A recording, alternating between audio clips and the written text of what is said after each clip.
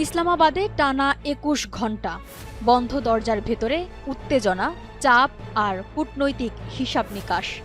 কিন্তু শেষ পর্যন্ত কোনো চুক্তি নয়, কোনো সমাধান নয়। নীরবতা ভেঙে খালি হাতেই ফিরে গেল যুক্তরাষ্ট্রের প্রতিনিধি দল।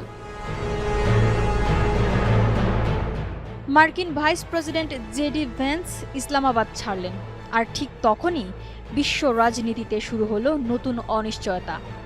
এখন প্রশ্ন একটাই, ট্রাম্প প্রশাসনের সামনে কি কোনো পথ খোলা আছে? বিশ্লেষকরা বলছেন ট্রাম্প তথা মার্কিন প্রশাসনের সামনে আছে মাত্র ৩টি কঠিন সিদ্ধান্ত, যা নিয়ে চলছে বিভিন্ন আলোচনা সমালোচনা। বিশ্ববাসীর আগ্রহের কেন্দ্রে এখন কি সেই ৩ পথ? এই ৩ কঠিন পথের প্রথমটি হলো আবারও দীর্ঘ আলোচনার টেবিলে ফেরা, ইরানের পারমাণবিক কর্মসূচি নিয়ে ধৈর্যের খেলা, যেখানে সময়ই সবচেয়ে বড় অস্ত্র।